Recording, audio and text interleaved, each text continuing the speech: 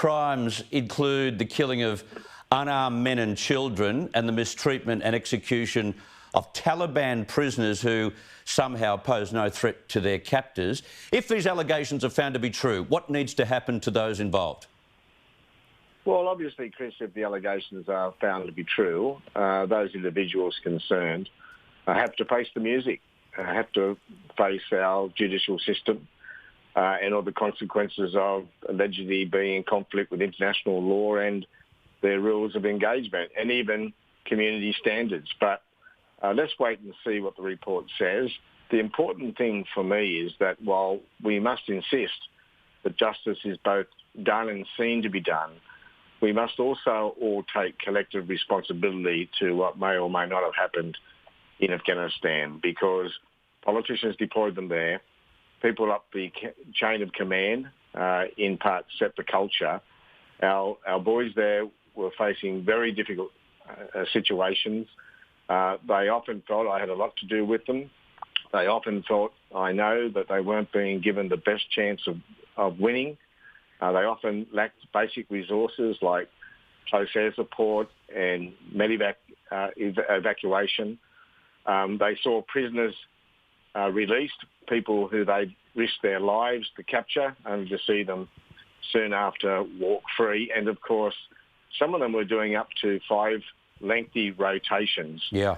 And were suffering very, very significant combat fatigue. Very true. The times that I've spoken to former SAS elite soldiers, they are saying, from what I see in the SAS now, they are being driven into the ground. But we'll soon find out from that report exactly whether that's true. Now, Chief of the Defence Force Angus Campbell has ordered an investigation or an examination into the cultural and leadership failings leading to these allegations. Would you expect that one leads to the other, that if this is occurring in the at the top, that this would flow down to the kind of actions that have been alleged here?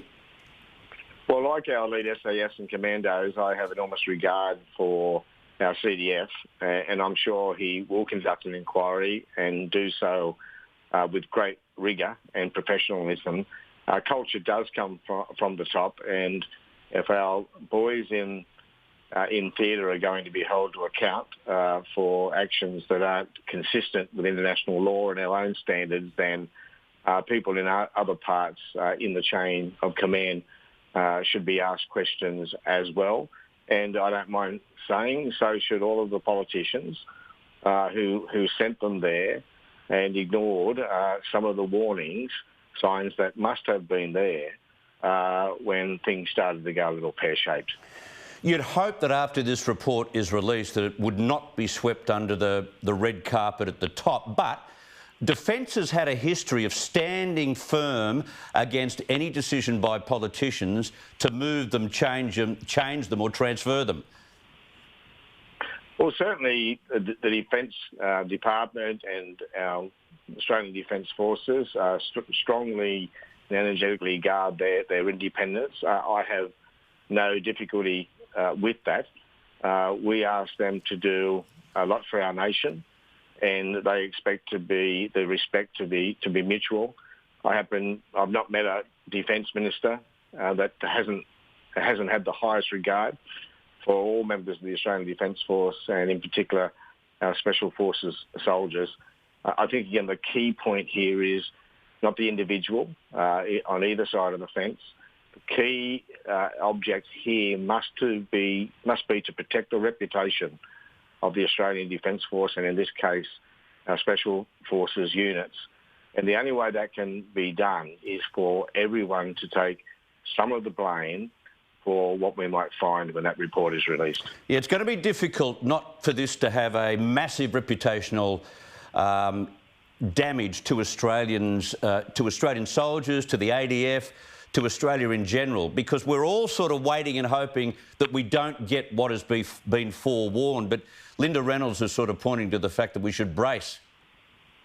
When our troops go into theatre, Chris, put their lives on the line, they need to know absolutely that they have the backing of the Australian community and that they are, without question, held in the highest regard by people back at home. And that's why the key objective here in addition to pursuing the legal matters, is to ensure that the respect for our Special Forces soldiers, which has been so strong over so many decades, remains in place after this thing is dealt with. Yeah, just very quickly, there's a parliamentary clash going on between your bloke Tony Burke and the Attorney-General about remote streaming access to debates once the Parliament returns on August the 24th. Some politicians haven't been able to get into self-isolation in Canberra.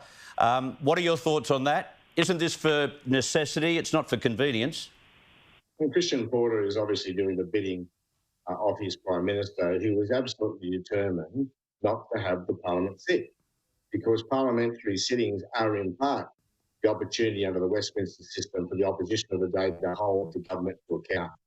So if Scott Morrison can avoid Parliament, that suits him just fine. They've thrown about 6 reasons at us so far why it can't sit, and this privilege issue is just another.